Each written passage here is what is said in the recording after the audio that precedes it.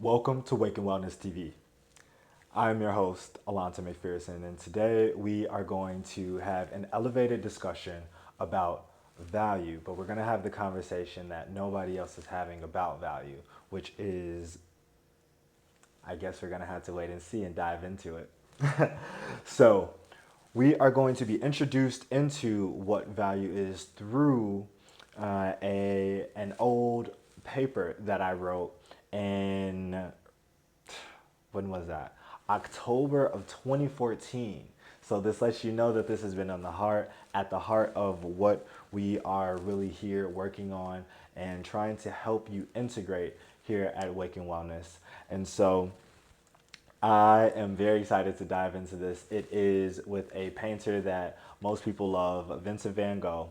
And we dive into his letters, which he wrote when this was before he was an artist. The reason that I did this, I was in a philosophy class, and this was after an existentialism class, but this one was specifically focused on Vincent van Gogh and his letters and seeing how he became an artist. And I loved the concept of the class because at that same time I was going through my awakening and my transformation and my becoming, and really my first, I learned is Augenblick, or that moment of awareness, that moment of clarity, to where the light shines forth in the mind and in the soul, and you see who you are. And so it was perfect to have this parallel where I'm learning about not just famous, an actual artist, one who, if you are an artist or you understand what artists really do, then you can actually see and learn from his lifestyle, from how he became an artist. And so you guys know I'm all about excavation here. I love about going within so we can actually pull out what actually is. And that's really what this class was. And that's why I even mentioned the existentialism class that I learned from the same professor. It was, we learned Martin Heidegger, Being in Time, which I'm going to teach courses on as well.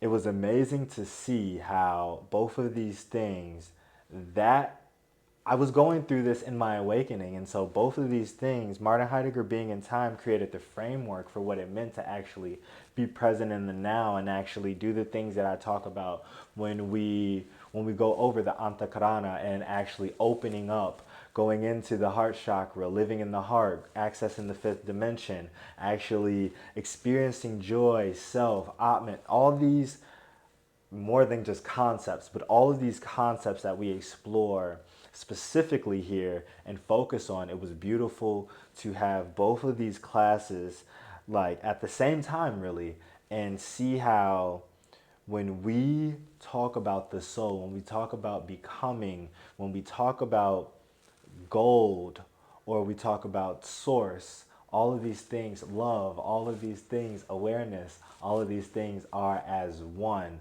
And that is really what we're here to get into. We're here to get into what Vincent, Vincent van Gogh, calling him Vince, already feeling personal, huh? Vincent van Gogh called Fine Gold. And so I developed a thesis on what he actually meant by it. And it was beautiful because, again, this was at the same time that I was having my awakening. And this is actually the basis of all my work. And so this is why I wanted to make sure, sort of started with this now with the development of Waking Wellness TV and with the bringing structure to what we're doing, not just giving you guys some spiritual, some spiritual info that may be good for you, but bringing real foundation to it, bringing courses and things that are going to actually help us, refine our mind in the way of thinking, our lifestyle in the way of being, so that when I do reference, my book Hack, it's not just referencing that. We now have places, courses that we can go to. We now have speaks, speeches of what I took years to consolidate and actually confine and bring down and put into a book. This is where it started, 2014. It's right around that time. So I'm excited to go ahead and read you this and expand on it.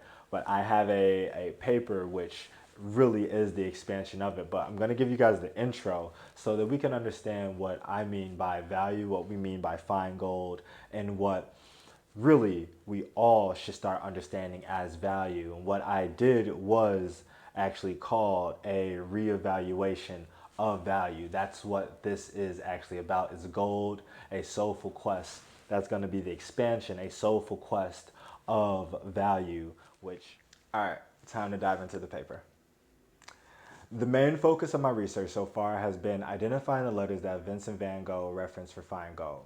Going through the cases that this occurs is important because it's the evidence I am compiling to construct an understanding of what he calls fine gold.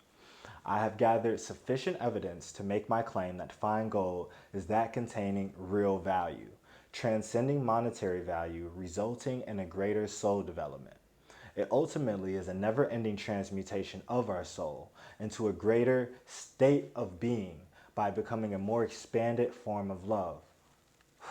This is important, guys. This is everything that we talk about here in Wake and Wellness, and we specifically mention integration. And prior to going into the paper, I mentioned to you guys the first state of soul control. We are going to go into soul control, but this is so important because in order to integrate what we need within our consciousness, to wake our consciousness up to be this greater state of love, we have to actually be open and truly aware. We have to be aware of what it is that we are putting into our consciousness, if that makes any sense. Vincent's intimate connection with fine gold is the most pivotal catalyst for his spiritual growth. And it's the culmination of his most ongoing and vital transmutation, which is to transform himself into the fine gold, or the best being that he was always meant to embody. Again, we're talking about gold, we're talking about, and whenever we reference this, I'm going to reference it with a capital G, or call it fine gold. A G with a lowercase is gold, monetary gold. And I'm going to explain the importance and the difference between those two. The significance of this transmutation is that it allowed Vince to embody how to rejoice about what we are given despite any circumstance.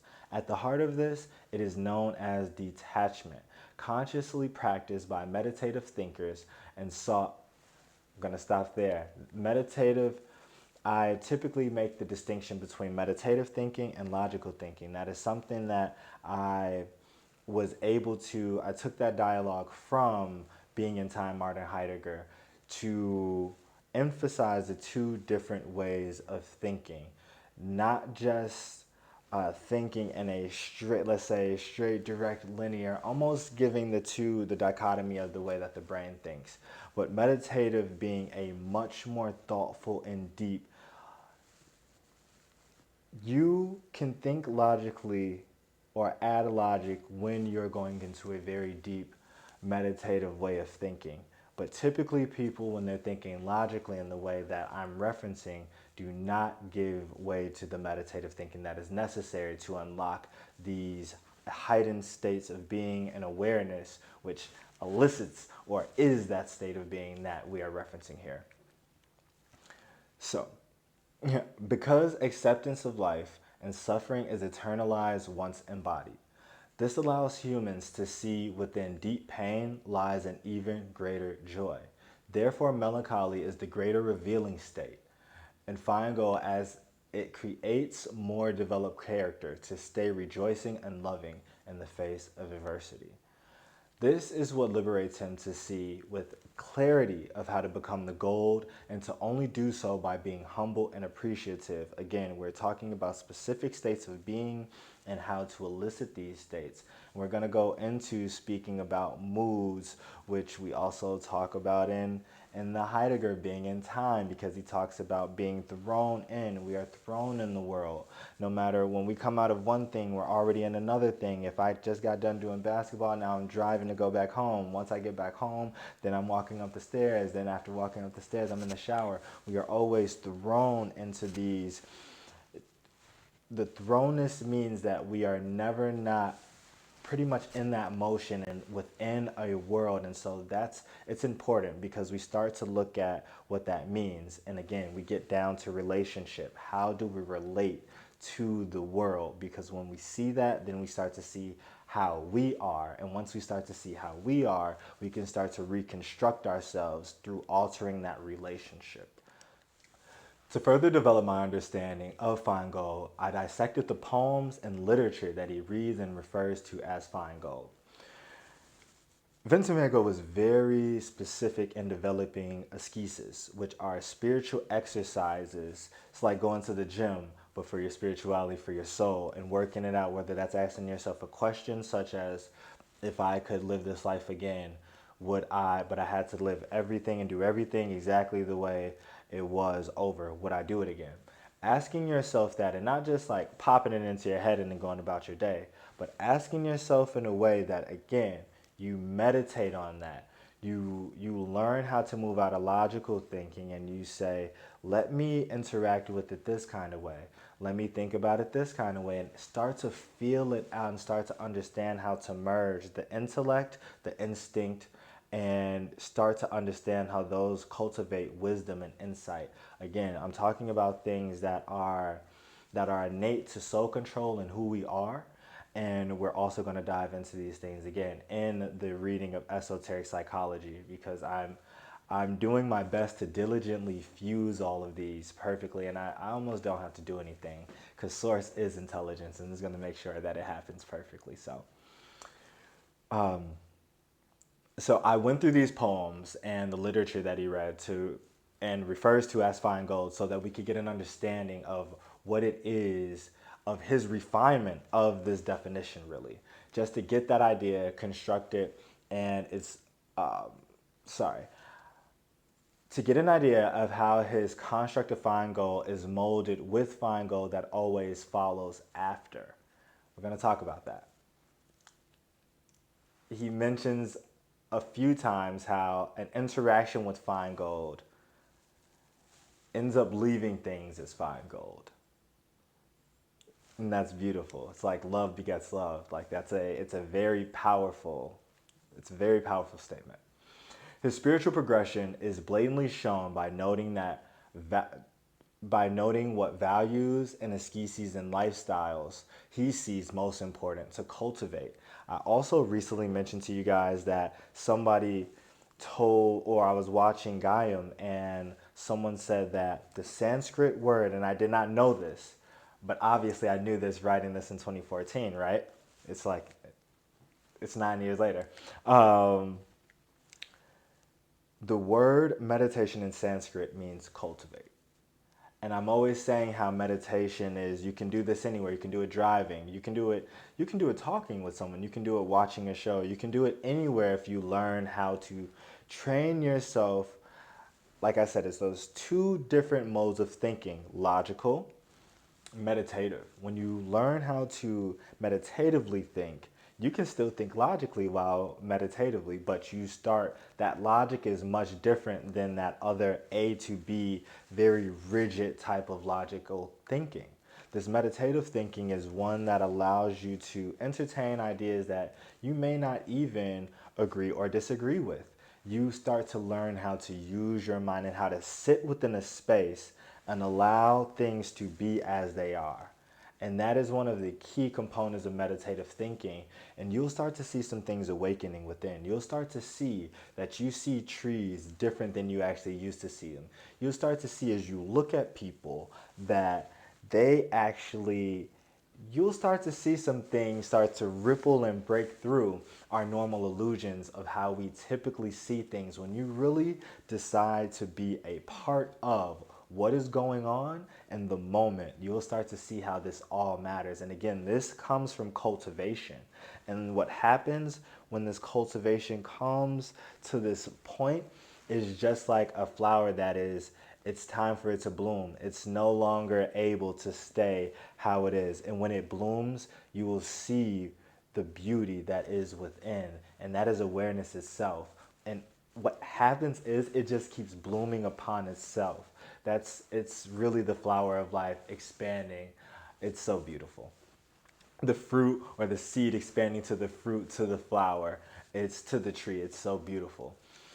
This is what is deemed most important because it clearly demonstrates how Van Gogh becomes an artist. but only by first developing a poetic vision and humble state of being. Again, many people think that being an artist is just, oh, doing something that people like, or, it has that popularity contest type of feel to it, like you're just trying to get people to like what you're doing. But really, as an artist, at the heart of it, and all true artists, I believe, really feel this and have this feeling in their soul. What you're trying to do, and you have a conscious understanding of this, whether or not it may be lightly conscious and somewhat stuck in your subconscious, but you're still aware of the fact that you have the need to express something that is deep down within, that is true, that has a real essence, and that essence is part of the whole. It's part of a greater. And when you understand that you have a responsibility, because you are now you have now been illuminated by the light, by your connection to the divine light that now says, I must allow myself to be as I am reflected in the greater whole, as we are created in the image of creation. And that is the beautiful, that's the flower blooming and shining that light that so many talk about. I've started a timeline in order to see where the references of Fine Gold were in specified periods of time. That was very important to me, because if we're looking at how he became an artist and when, and we're doing the step by step, then we need to know what were the places that he resided in, what were the things that he read, what was he digesting mentally, what artists was he into, was he even looking at art, or was it just poems and books and literature?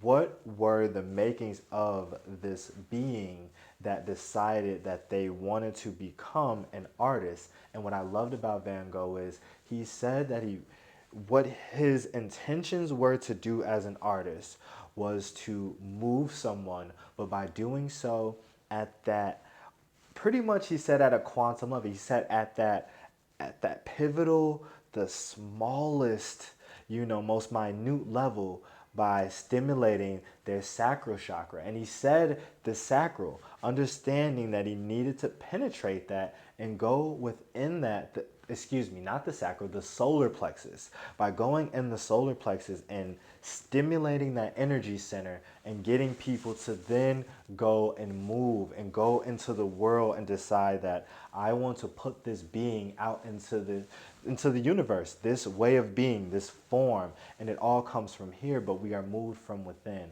And so that moved me, and that let me know then that I was, it's just confirmation that the awakening that I was having is something that a soul goes through. So of course, each one of us, although the steps may appear and seem different, or the trial, because we choose our design via career paths or via different kind of relationships or archetypes, the breakdown and the unfoldment of the soul is universal, because we all go back to that space. We all go back to home. We all go back to the source to realize as we are realized. And so it's just so beautiful to have had, again, these parallels, these classes that seem God-given when I was looking at the courses with the teacher that I really needed in my life.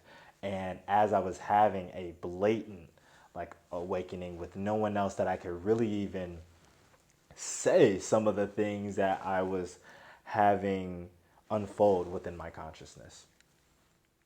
We will be able to show all that is deemed important to make him who he is, and how he went about cultivating or being meditative about such a lifestyle.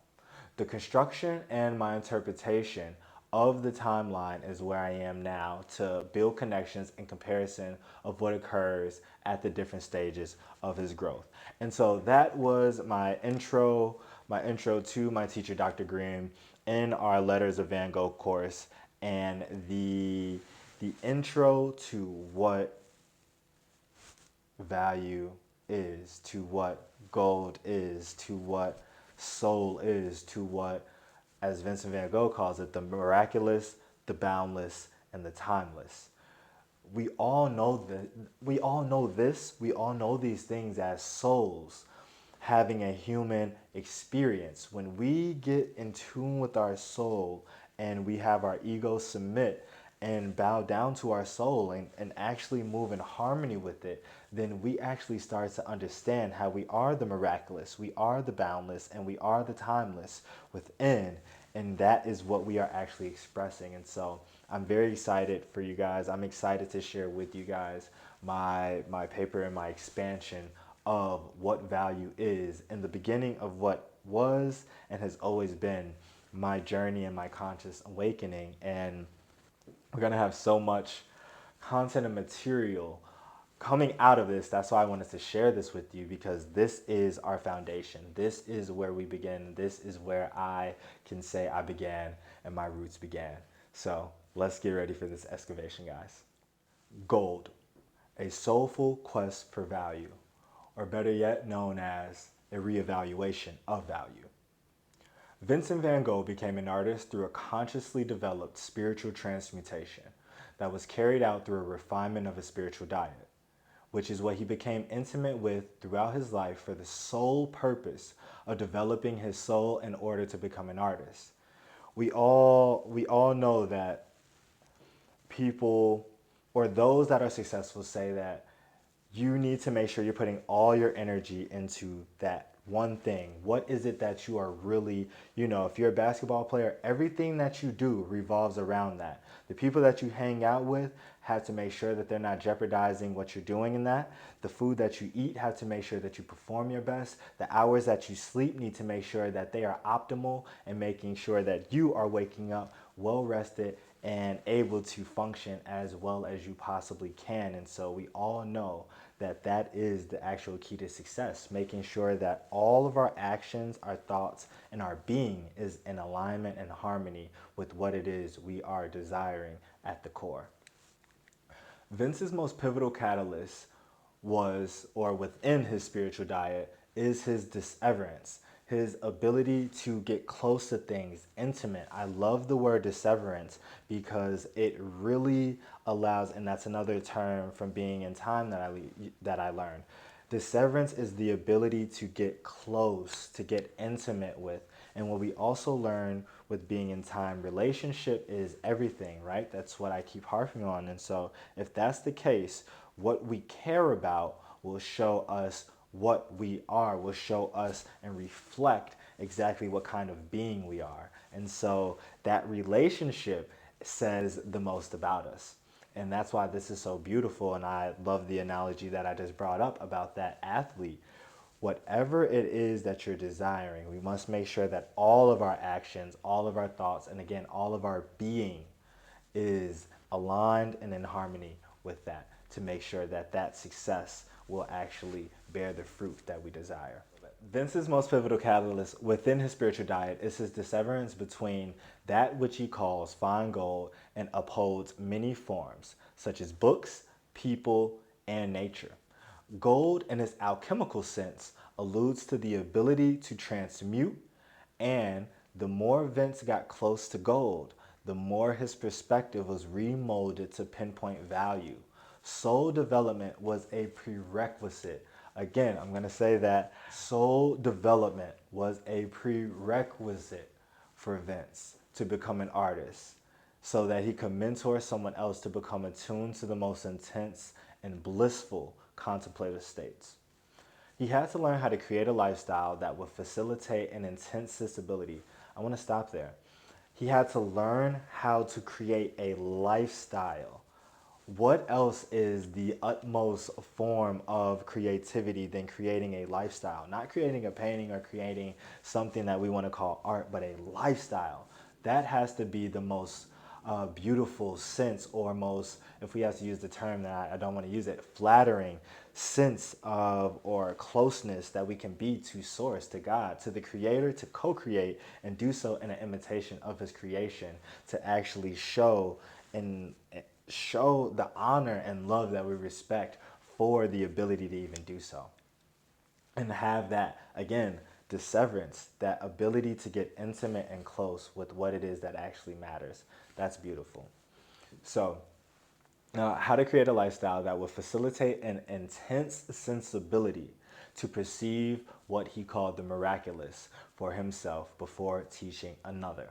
Vincent van Gogh first started off as an apprentice art dealer with no appreciation for what was, or yeah, for what art even was when he started working with Goya Peel coming out of his homeland, The Hague. He was not humble enough yet to articulate, conceive of, or see what he came to know as the miraculous, the boundless, as well as present, but simply hidden to our common everyday perspective.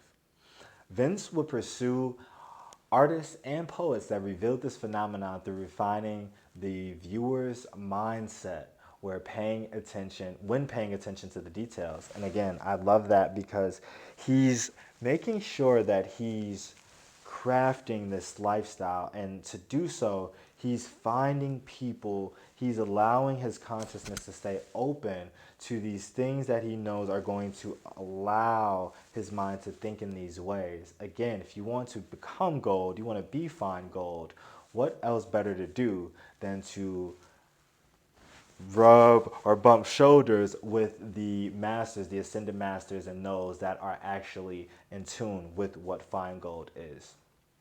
Vince took up many different jobs over the years, ranging from art dealer to caretaker of kids in a dreary boarding home, and being an assistant for a self-acclaimed pastor just giving sermons for various type of overworked laborers.